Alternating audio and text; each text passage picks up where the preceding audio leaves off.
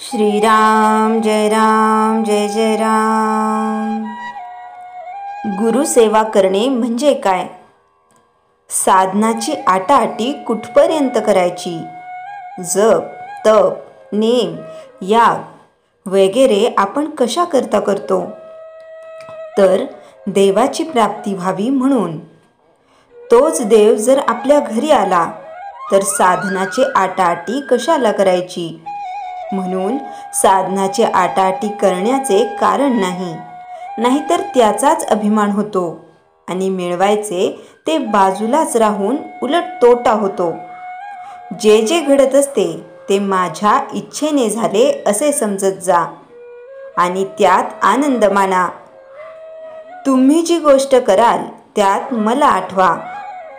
गुरुभक्ती करायची म्हणजे काय? त्याच्या देहाची सेवा करणे हीच गुरुची सेवा असे तुम्हाला वाटते का? त्याच्या देहाची सेवा करणे ही गुरुची खरी सेवाच होत नसते. गुरु सांगेल तसे वागणे हीच त्याची खरी सेवा होय. माझ्याजवळ जे येतात ते कुणी मुलगा मागतो, कुणी संपत्ती मागतो, कुणी रोग बरा करा म्हणून मागतो. तेव्हा माझी सेवा करायला तुम्ही येता का मीच तुमची सेवा करावी म्हणून येता? माझ्याजवळ येऊन मनुष्य देहाचे खरे सार्थक होईल असे करा. तुम्ही मागाल त्याप्रमाणे मी थोडेसे देणार नाही असे नाही, पण ते काढा घेण्याकरिता गुळाचा खडा देण्यासारखे आहे. मला सर्व कळते असे माझ्याबद्दल तुम्ही म्हणता, पण ते मनापासून नव्हेच. कारण ज्याला असे खरोखर वाटत असेल त्याच्या हातून पाप कर्म होणारच नाही. ज्याची वृत्ती माझ्याशी एकरूप होईल त्यालाच कळेल की मला सर्व कळते आहे. गुरुला अनन्य शरण जाणे म्हणजे इतके की त्याचे मन आणि आपले मन एक झाले पाहिजे. म्हणजे दैववशात जरी आपण गुरुपासून दूर असलो तरी मनाने त्याच्याशी संलग्न असल्यावर त्याच्या पाशीच असू. आपण आपल्या आईशी जसे बोलतो तसे माझ्यापाशी बोलावे. आपले सर्व दुःख मला सांगत जावे. तुम्ही इतके कष्ट घेऊन मला भेटायला येता, पण तुम्हाला रिकामे परत जाताना पाहून मला फार वाईट वाटते.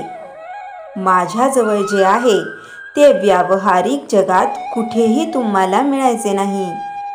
ते म्हणजे भगवंताच्या नामाचे प्रेम होय.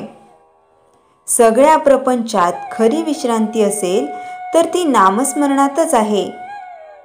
ज्याला मी भेटावा असे वाटते तो माझा म्हणवितो. त्याला नामाचे प्रेम असलेच पाहिजे. श्रीराम जय जय राम. चैतन्यवाणी. नामावर प्रेम करणे म्हणजेच माझ्यावर प्रेम करणे. श्रीराम जय जय राम.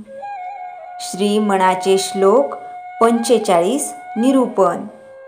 जयाचे निसंगे समाधान भंगे, अहंता अकस्मात येऊन लागे. तये संगतीची जनी कोण गोडी, जिये संगती ते मती राम जोडी. मागील श्लोकात मौन मुद्रा धरावी हे सांगितले, पण जेव्हा लोकांतात येशील तेव्हा कोणत्या लोकांबरोबर राहा, कसे राहा हेच समर्थ येथे सांगत आहेत. मनुष्याची घडण, त्याचे कल्याण अगर अकल्याण, सुगती वा दुर्गती हे संगतीवर अवलंबून असते. चांगली संगत मिळाली तर काय होते व दुसंगतीने काय होते हे आपण समाजात पाहत असतोच. जसे व्यवहार तसेच परमार्थात सुद्धा संगतीचा प्रभाव पडतो. सत्संगाने तर माणूस हा भवसागर पार करून जातो. संगे वाढे शीन, संगे वाढे भजन, त्रिविध हे जन बहुदेवा. संगतीचा मनबुद्धीवर प्रबल संस्कार होतो, म्हणून ती संगत योग्य असावी. समाजात तमोगुणी माणसं जास्त असतात. त्यांच्या सहवासात राहिल्याने चित्त चांचल्य वाढून समाधान वृत्ती भंग पावते. अशा व्यक्तींशी व्यवहार करताना आपला अहंकार जागा होतो, एकाग्रता नष्ट होते, म्हणजेच आपण विचलित होतो. मती रामापासून दूर जाते. म्हणून अशी संगती त्यागावी. म्हणोनी गा पार्थ, जे विमुख या परमार्था, तयासी भाषण सर्वथा करावेना. या लोकांच्या संगतीकडे जसे लक्ष द्यावे, तसेच मनाने भगवंताची सांगत धरली आहे का, देहाची धरली आहे, हा विवेक पण जागृत ठेवावा. मी देह आहे म्हटले की आपोआप अहंता येतेच, अन भगवंतापासून आपणास दूर नेते. म्हणून हे मना, जयाचे संगे समाधान भंगे. जय जय रघुवीर समर्थ. श्रीराम जय राम जय जय राम. रामनाम जप आणि प्रारब्धावर मात. ही एक प्रेरणादायी कथा आहे, जी रामनाम जपाच्या प्रभावामुळे प्रारब्धावर मात कशी करता येते हे सांगते. संत रामनाम जप आणि कर्मबंधाची सुटका. खूप जुनी गोष्ट आहे. एक संत आपल्या शिष्याबरोबर एका गावात जात होते.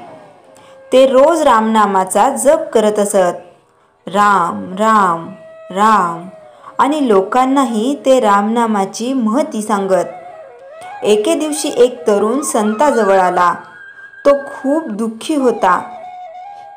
तो म्हणाला, माझं आयुष्य दुःखाने भरलेलं आहे, काहीच चांगलं होत नाही.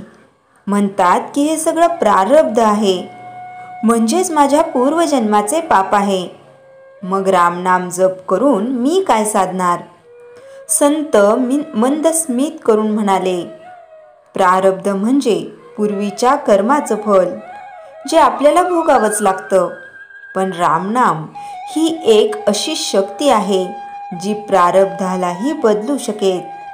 त्यांनी त्या तरुणाला एक उदाहरण दिलं. उदाहरण एक कर्मबद्ध व्यापाऱ्याची कथा. एका गावात एक व्यापारी राहत होता. त्याच्यावर खूप मोठं कर्ज होतं. घरची परिस्थिती बिकट होती. त्याने सर्व मार्ग अवलंबले, पण काहीच उपयोग झाला नाही. शेवटी तो निराश होऊन एका संताकडे गेला. संत म्हणाले, तू काही काळ फक्त रामनाम जप कर, सकाळी आणि रात्री संपूर्ण श्रद्धेने.